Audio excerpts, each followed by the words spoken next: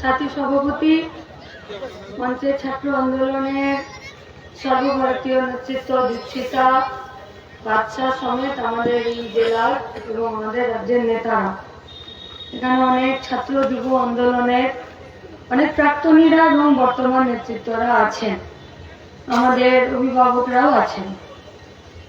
এখন আমার আসতে একটু দেরি হয়েছে, আসলে রোদ সকাল হচ্ছে আর ভাবছি রোদ উঠবে, কিন্তু রোদ আর উঠছে না, মুশকিল। তারপর আবার চান করতে হচ্ছে, আরো বড় কঠিন। চান করতে গিয়ে মনে হচ্ছে যে চানটা যদি একটু ওই পঞ্চায়েতের ভোটের মধ্যে একটু হয়ে যেত তো খুব ভালো হতো। মানে ধরুন আমি চান করতে গেলাম আর গিয়ে দেখলাম আমার চানটা কেউ করে দিয়েছে। পঞ্চায়েতের ভোটে হলো না এরকম, যে ভোট দিতে গেল দেখলাম আমার ভোটটা হয়ে গেছে। কিন্তু আসলে জীবনটা এত সহজ নয়। আসলে প্রত্যেক দিনের লড়াইটাও এত সহজ নয়। আসলে যে দাবিতে ছাত্ররা লড়ছে, এসএফআই লড়ছে, যে দাবিতে আজকে এই জেলার সম্মেলন চলছে, সেগুলো এত সহজ নয়। কিন্তু কেন সহজ নয়? কেন কেন স্বাধীনতার এত বছর পরেও শিক্ষার অধিকার এবং শিক্ষা ক্ষেত্রে যে টাকাটা বরাদ্দ হবে সেটা যাতে প্রপার ইউটিলাইজেশন হয়, তার জন্য রাস্তায় দাঁড়িয়ে থেকে সকলকে খুন হয়ে যেতে হবে? কেন কেন সুদীপ্তর মাথাটা ফাটিয়ে দিয়ে তার মাথার সাদা ঘিলুটা কলকাতার কালো পিচের রাস্তায় ফেলে দেবে? কেন? দাবি তো করার প্রয়োজন ছিল না। কেন প্রতিদিন যারা কাজের দাবিতে, শিক্ষার দাবিতে প্রত্যেকটা দিন লড়াই করছে, কেন তাদেরকে সত্যি কথা বলার অপরাধে? এমনিতে তো আমরা জানি যে যারা অন্যায় করে, দোষ করে, তাদের অপরাধ হয়, কিন্তু সত্যি কথা বলা এবং লড়াই করা, সত্যের দাবিতে লড়াই করার অপরাধে প্রতিদিন জেলে যেতে হবে, নইলে এলাকা ছাড়া থাকতে হবে। কিন্তু কত মজাদার দেখুন, যে বেটা চুরি করলো শাহজাহান, ওকে পুলিশ ধরতে পারবে না, তাহলে গায়ের লোক মিলে ওকে মারবে। কেন?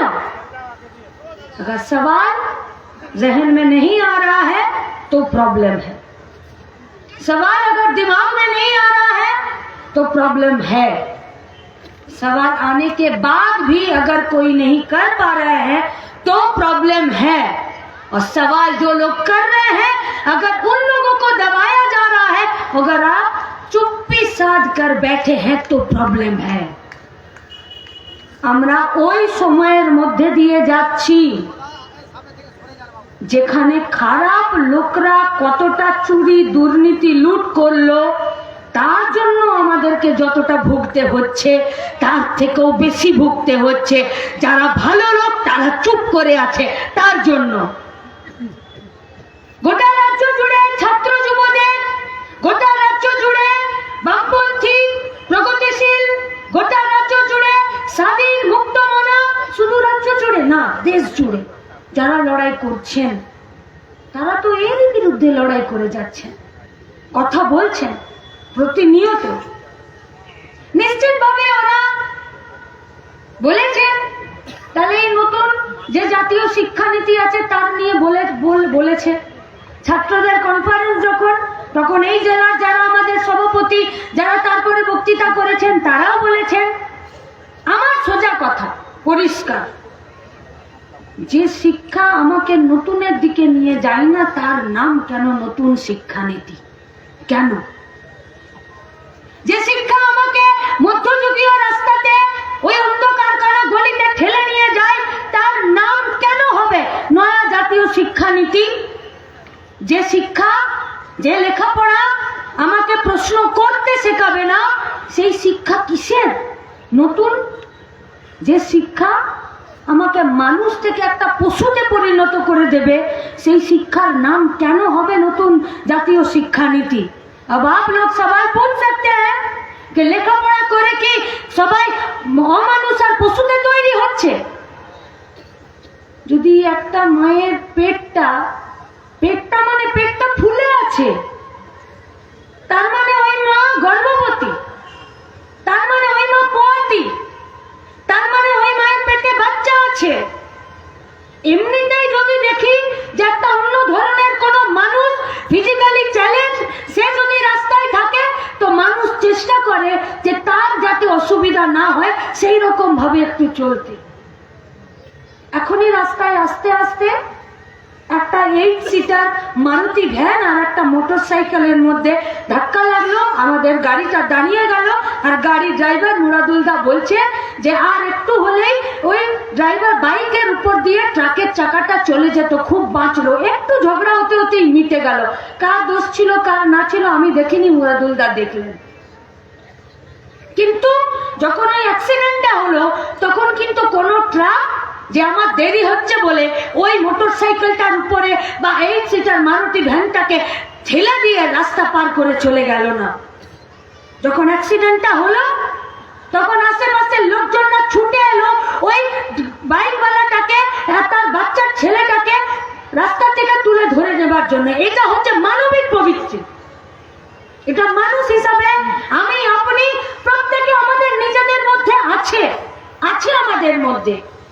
কিন্তু তাহলে কি শেষ হয়ে যাচ্ছে, কি কর্পূরের মতন উধাও হয়ে যাচ্ছে আমাদের মন থেকে, আমাদের মানসিকতা থেকে, আমাদের মাথা থেকে, যেখানে একটা পোয়াতি মা যার পেটটা বড় হয়ে আছে, যে আস্তে আস্তে হাঁটছে, বাচ্চাটা এবারে হবার সময় চলে এসেছে, শুধুমাত্র মাটার ধর্ম মুসলিম হওয়ার জন্য তার পেট চিরে একটা বাচ্চাকে বের করে নিয়ে ত্রিশূলের আগায় নিয়ে তাকে উন্মত্ত ভাবে মিছিল করতে করতে আর নির্দিষ্ট একটা স্লোগান দিতে দিতে গোটা শহরটা পরিক্রম করে, তাহলে নিশ্চিত ভাবে তারা মানুষ নয়, তারা পশু।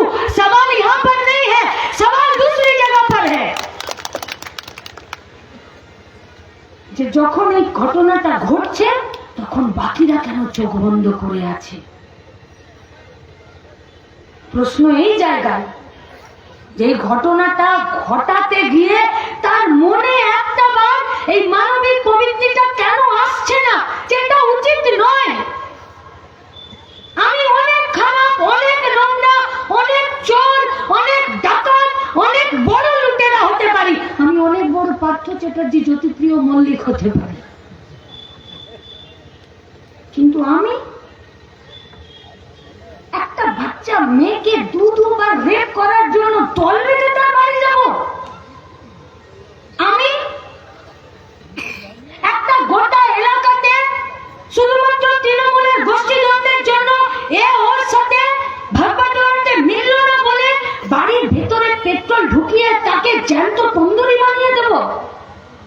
আমি অন ক্যামেরার সামনে যে পুলিশের বর্দিকা, যে পুলিশ যাকে দেখে গোটা সমাজ অপরাধীরা ভয় পায়, তার গাড়িতে তার গায়ে বোমা ফেলতে বলবো?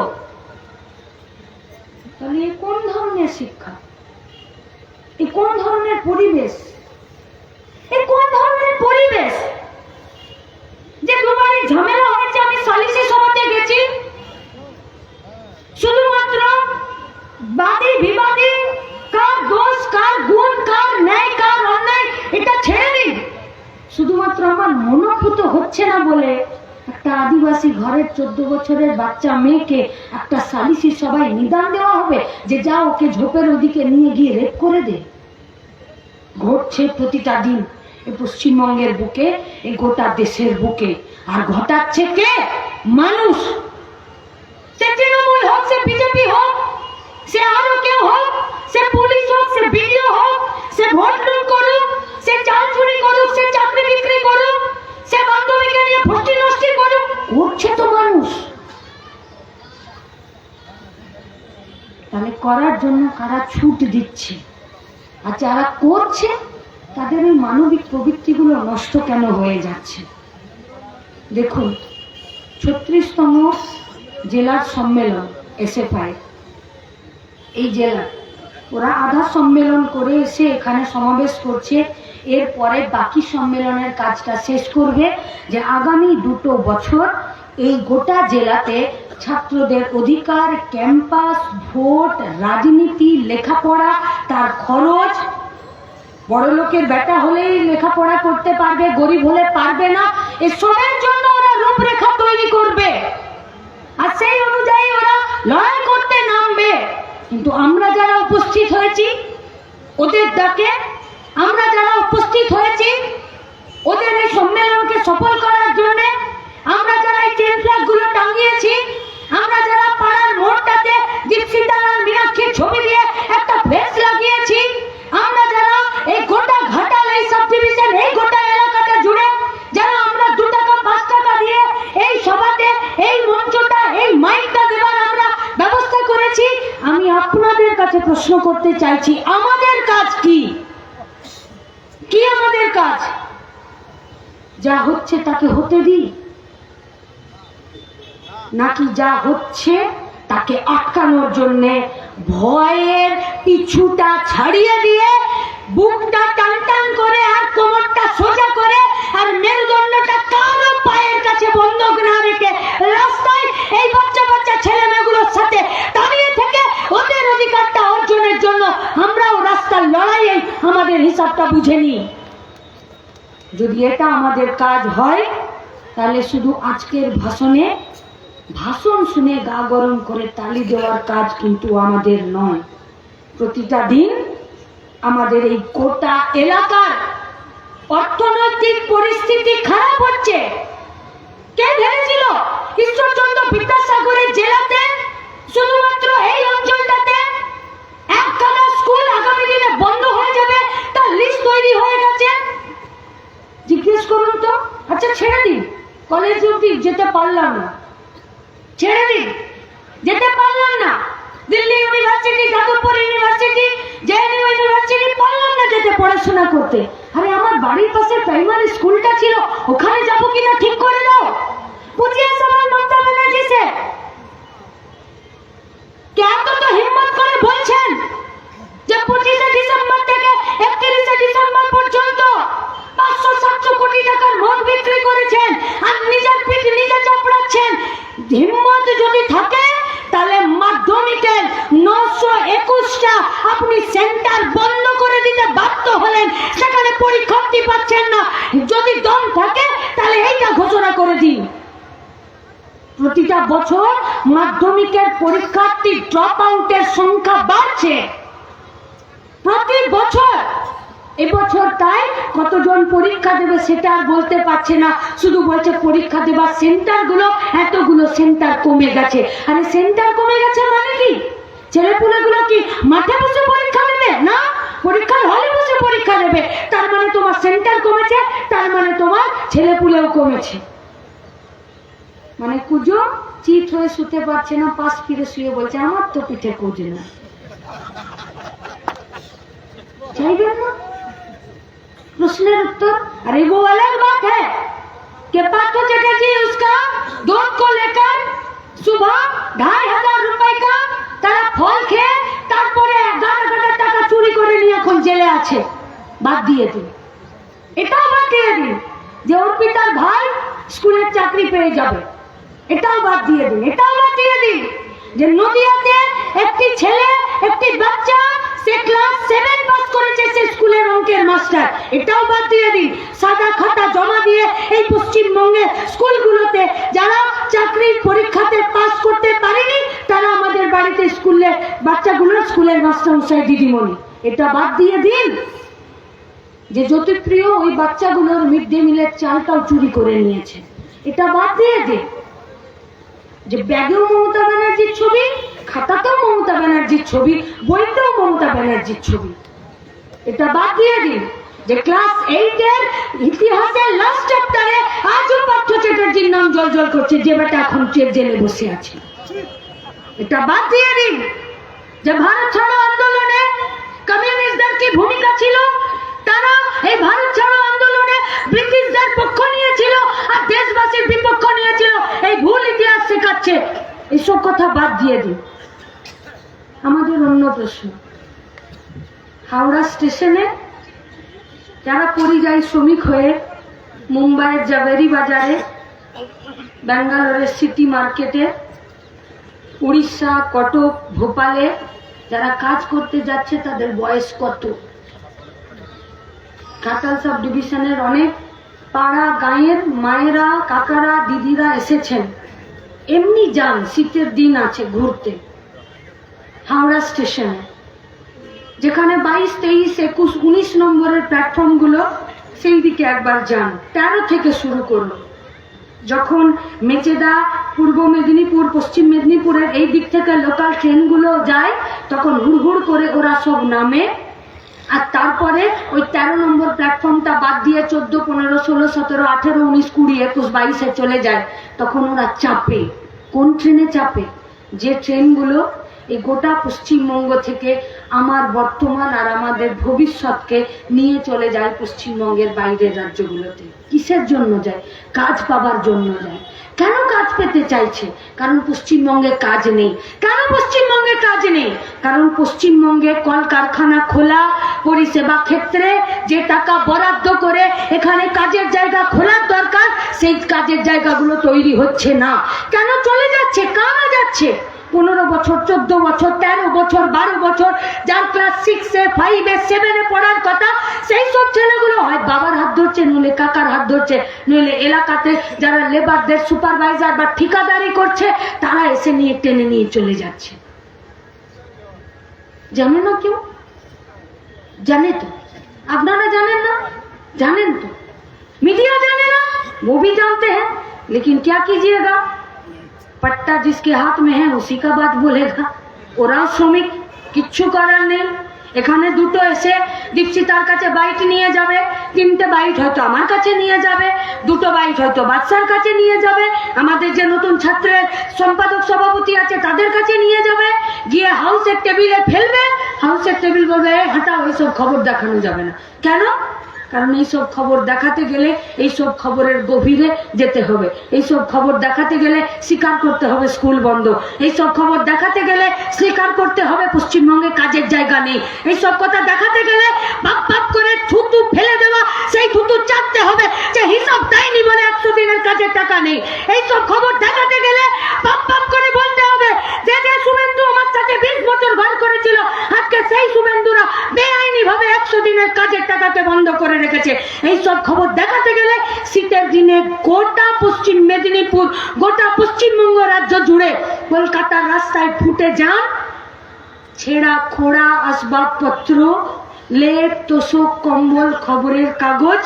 সকালবেলা আসানসোল স্টেশনেও একজন ভিক্ষুক, একজন মহিলা, সে স্টেশনের যে পাতাগুলো, খবরের কাগজগুলো পড়ে আছে, ভোর 4:30টায় সে খবরের কাগজগুলো এক জায়গায় পেড়ে আর পরপর পেতে তার উপরে শুচ্ছে হাউস ফর অল। কোথায় গেল? কোথায় গেল আবাস যোজনার ঘর? কোথায় গেল? কে দেবে এর জবাব? তাই আপনি যা কথা বলবেন সেটাই মিডিয়াতে ওরা দেখাতে পারবে না, কারণ ওরাও শ্রমিক। কিন্তু এক অংশের মিডিয়া আছে যারা একটু মিডিয়া কম, দালালি বেশি করছে। শ্রীলঙ্কার কথা মনে রাখবেন, পাবলিক খেপে গেলে একটা মার মাটিতে পড়বে না। তাই বলে কি আমরা বলছি যে মিডিয়াকে পেটান? কখনো না। তাই বলে কি আমরা বলছি যে এক অংশের পুলিশ অফিসাররা আছে যারা কম পুলিশ, বেশি তৃণমূলের দালাল হয়ে কাজ করছে, ওদেরকে পেটান না? কখনো পেটাবেন না। এই একটু পরে অন্ধকার হয়ে গেলে, আমার সাথে গাড়ি না থাকলে, আর আমাকে যদি কেউ আমার অফিসে পৌঁছে না দেয়, আমি যদি রাস্তার মোড়ে দাঁড়িয়ে থাকি, তাহলে সবার প্রথম আমি ভরসা করব খাকি বর্দি পরা পুলিশকে, যে দাদা লাস্ট বাস এখান থেকে কলকাতার কোথায় যাবে আমাকে একটু বলে দিন, আমি সেখানে বাস ধরবো। কারণ তার ওই পোশাকটার প্রতি একটা ভরসা, তার প্রতি একটা আস্থা তৈরি করার জন্য এই পুলিশ প্রশাসনের তৈরি। এই পুলিশ প্রশাসনের তৈরি এটা নয় যে শুধুমাত্র বাইকারদেরকে ধমকে 200 টাকা নিজের পকেটে ভরে নেবার জন্য নয়। কেন পারছে না ধরতে শাহজাহানকে? কেন পারছে না ধরতে মলয় ঘটককে? এতবার ইডি ওদেরকে ডাকলো, তবু কেন? বিচার ব্যবস্থার আদালতের রায় তো ইডিরা এসে এখানে গন্ধ উড়িয়ে দিচ্ছে। তাহলে কেন? তাহলে কি কোর্টকে এরা বুড়ো আঙুল দেখাচ্ছে? কিসের জন্য? কেন হয় এগুলো? এগুলো হতে বাধ্য। পঞ্চায়েতের ইলেকশনের এই দাসপুর ঘাটালের একটা ছবি আপনারা মনে করুন। এক মহিলা সে জোর করে তাকে কয়েকজন পুরুষ মিলে টেনে হিঁচড়ে নিয়ে আসছেন, আর মহিলা তথই বচ, হ্যাঁ বলবে কি না বলবে বুঝতে পারছে না। নমিনেশন করেছে, উইথড্র করাতে হবে। মনে পড়ছে? পড়ছে মনে? আমি পশ্চিম মেদিনীপুরে থাকি না, আমি পশ্চিম বর্ধমানে থাকি। সেখানে আমরা খবরের কাগজে, খবরের চ্যানেলে আমরা দেখলাম জোর করে। পুলিশের ভূমিকা কি ছিল? কি ছিল পুলিশের ভূমিকা? ওই মহিলাটার কাছে একবারও জিজ্ঞাসা করলো পুলিশ যে আপনি নিজে নমিনেশন উইথড্র করতে যাবেন না আপনি নমিনেশনটা রাখতে চাইছেন? এতগুলো পুরুষ মানুষ আপনাকে ঘিরে কোথায় নিয়ে যেতে চাইছে? কারা নিয়ে যাচ্ছিল? কারা টানা হাঁচড়া করছিল? আর যে পুলিশ ওখানে দাঁড়িয়েছিল তার ভূমিকা কি ছিল? কারা ভেতরে ঢুকলো? কারা নমিনেশন রাখতে চাইলো? কারা নমিনেশন তুলে দিতে চাইলো? তাহলে পুলিশ প্রশাসন, মিডিয়া, এরা যখন নির্দিষ্ট যারা চোর, লুটেরা, দাঙ্গাবাজ, দুর্নীতিবাজ, চিটিংবাজ তাদের পক্ষ অবলম্বন করে, তখন আপনার আর কোনো রাস্তা থাকে না, রাস্তায় আপনাকেই নামতে হয়। তাই ইনসাফ যাত্রা ছিল, ইনসাফকে মাং পর। যে ৮৩২২টা স্কুল বন্ধ করে দিয়ে ২১,০০০ মদের দোকানটা খুলে দেওয়া কোনো মরদের মতো কাজ নয়, ওটা একটা কুলাঙ্গারের মতো কাজ। রেশনের চালটা চুরি করে নিয়ে, মিড ডে মিলের চালটা চুরি করে নিয়ে, আর মেয়েকে ৪ কোটি টাকার টিউশনি পড়তে পাঠিয়ে দিয়ে জেলে বসে থাকা, এটা কোনো মরদের বাচ্চার কাজ নয়, এটা আসলে কুলাঙ্গারদের কাজ। এটা কোনো মরদের বাচ্চার কাজ নয় যে চুরি করে তার উপরে সিনাজরি করবে। अरे कौन मंदिर बना रहा है, कौन मस्जिद बना रहा है? हम बस भाजपा से एक ही बात पूछेंगे कि आपका चुनावी वादा सिर्फ राम मंदिर बनाना नहीं था, साल में 2 करोड़ बेरोजगारों का नौकरी भी देने का वादा आप ही किए थे। एक चोखे काजल और एक चोखे सुरमा, वही बोलते हैं कि तुम पियो तो मदिरा और हम पिए तो शराब। দুজনের পক্ষে এই সমস্যা। আমরা আপনাদের কাছে প্রশ্ন করতে চাইছি, ছাত্র আন্দোলনের একটা দীর্ঘ সময় ধরে কাজের দাবিতে, শিক্ষার দাবিতে, লেখাপড়ার দাবিতে, খরচ কমানোর দাবিতে, কলেজ ক্যাম্পাসে ইলেকশনের দাবিতে, দীক্ষিতা এখনই বলছিল না যে ব্রিগেডে তোমাদের এত ভরলো, তোমাদেরকে ভোট দেবে কিনা? ওই ব্রিগেডের মাঝে মোহাম্মদ সেলিমও বলছিলেন যে একটু পরে ওরা প্রশ্ন করবে যে ব্রিগেড তো ভরালেন, ভোট কি হবে? এতই যদি তোমাদের কনফিডেন্স এবং এতই যদি তোমাদের বুকের পাটার, এতই যদি বাপের বেটার মতন সাহস, কলেজের ভোটগুলো করে দেখাও দেখি, তারপরে একবার সামনাসামনি হোক।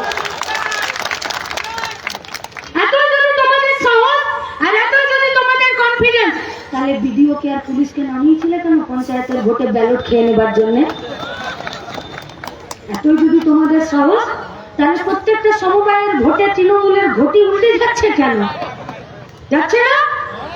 দাসপুর ঘাটালে সমবায়গুলোতে তৃণমূল বিজেপি পাক পাচ্ছে পাচ্ছে না। শিল্পাঞ্চলের কলে কারখানাতে গিয়ে খোঁজ নিন, একটা কারখানা, একটা ফ্যাক্টরি, একটা কোনো জায়গা নেই যেখানে ভেতরে ইলেকশন হয় আর সেখানে বামপন্থীরা ছাড়া আর অন্য কেউ নিজেদের টিকিট কাটতে পারে, নিজেদের ফিতেটা পর্যন্ত কাটতে পারে। আর उन लोगों को पता है कि अगर वो लोग जनवाद के ऊपर भरोसा करेंगे तो ওদের ঘটিও উল্টে যাবে, হাতে বাটিও নিয়ে রাস্তার মোড়ে দাঁড়িয়ে থাকতে হবে। তাই ওরা ভয় পায় ছাত্রদের, তাই ওরা ভয় পায় এই গোটা রাজ্যের গণতন্ত্র প্রিয় মানুষের। আপনাদের কাছে আমার শেষ আবেদন, ঘাটালের সাংসদ, তার প্রতি আমার কোনো আলাদা করে ব্যক্তি আক্রমণ বা ব্যক্তি খারাপ লাগা নেই। আরে হিরোকে কার খারাপ লাগে? এখনো বয়সটা বাড়ছে, আর একটু কম থাকলে তো হিরোদেরকে ভালোই লাগতো, খারাপ তো লাগে না। কিন্তু প্রশ্ন করুন, ঘাটালের নদীর পাশ থেকে জেসিবি করে মাটি কেটে নিয়ে চোরাপথে ট্রাক্টর ভর্তি করে যখন নিয়ে চলে যান, আপনি কেমন আঁখে তেল দিয়ে ঘুমান? প্রশ্ন করুন। যে সামনে তো আমার লোকসভার ভোট, যখন গোটা ঘাটাল নাগপুরের এই পাটটা বর্ষার সময় জলের নিচে চলে যায়, কেন আপনি নাকে তেল দিয়ে ঘুমান? কেন? যখন গোটা পশ্চিমবঙ্গের শিক্ষা ব্যবস্থাটা একদম ধুলায় চলে যায়, তখন কেন আপনি নাকে তেল দিয়ে ঘুমান? বিবেক জাগ্রত করার জন্য তো আপনাকে সংসদ করা হয়নি। আপনাকে সংসদ করা হয়েছিল যে যে জেলা থেকে বর্ণ পরিচয়, যে জেলা থেকে ঈশ্বরচন্দ্র বিদ্যাসাগর, যে জেলা থেকে মেয়েদের স্কুল শিক্ষা, যে জেলা থেকে প্রাইমারি স্কুল শিক্ষা, যে জেলার একটা মনীষীর মধ্যে থেকে একজন বীরের মধ্যে থেকে গোটা দেশে শিক্ষা ব্যবস্থার প্রবর্তন হয়, সেই জেলার একজন মানুষ হয়ে সংসদ হয়ে যখন গোটা রাজ্যে শিক্ষাকে ভেঙে তছনছ করে দিতে চাইছে, তখন আপনি কোন কোম্পানির তেল ব্যবহার করছেন ঘুমানোর জন্য? দিন আমাদেরকে। আমরাও চাই দেখতে, বুঝতে, আমরাও चाहे परख करते कि हमको देखने में अच्छा है, हम लिपस्टिक पाउडर और हिमानी अच्छा लगाते हैं और हमको फ्री में आपको देखने मिलेगा, इसीलिए हमको ভোট দাও আর আমাকে দিল্লিতে পাঠিয়ে দাও আর আমি একটা পাউট করে সেখানে সেলফি নিয়ে আর বাড়িতে ফিরে চলে আসবো আর গোটা জেলা, গোটা সংসদ এলাকা আর গোটা এলাকার রাজ্যের মানুষের জন্য আমি একটা কুটো কেটে দুটো করব না।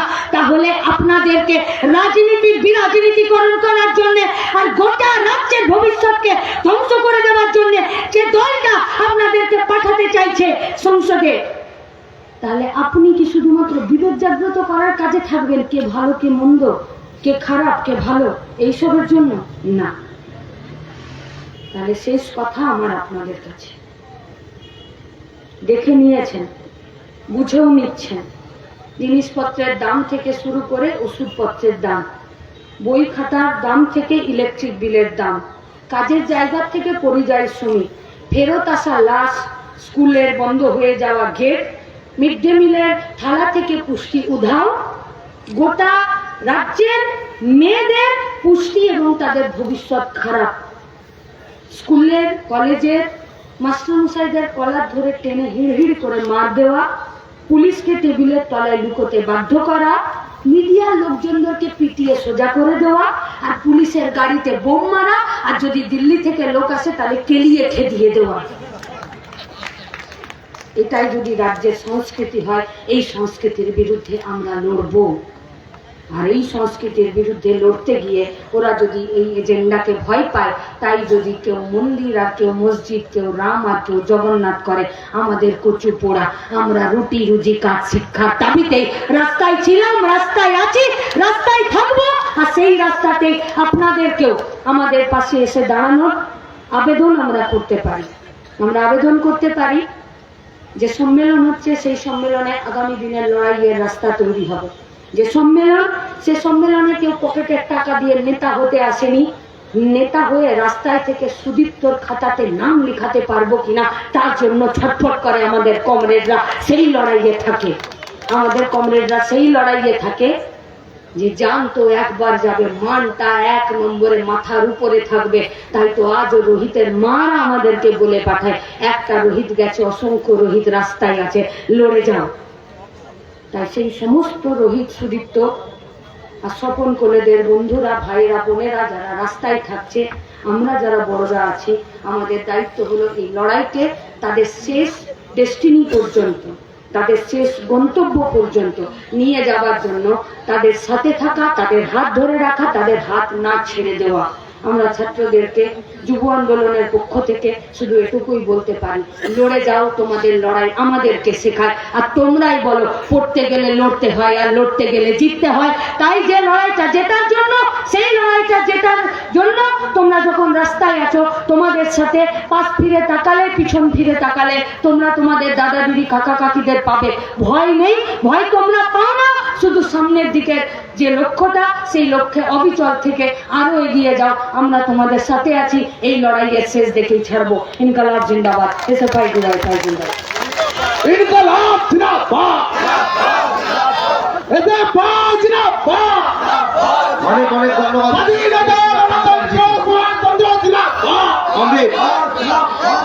যারা প্রতিনিধিরা এসেছেন,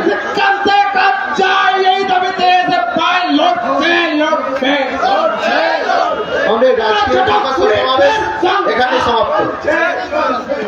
যারা আজকের সবাই এসেছেন তাদের উদ্দেশ্যে জানাই, ডিআইএফআই ডিআইএফআই ঘাটাল লোকাল কমিটির উদ্যোগে আগামী 27 আর 28 জানুয়ারি অর্থাৎ শনি রবিবার বিদ্যাসাগর স্কুল ময়দানে 8 দলীয় ডিউস ক্রিকেট টুর্নামেন্ট, তার সঙ্গে বসে আঁকো প্রতিযোগিতা, তার সঙ্গে রক্তদান শিবির।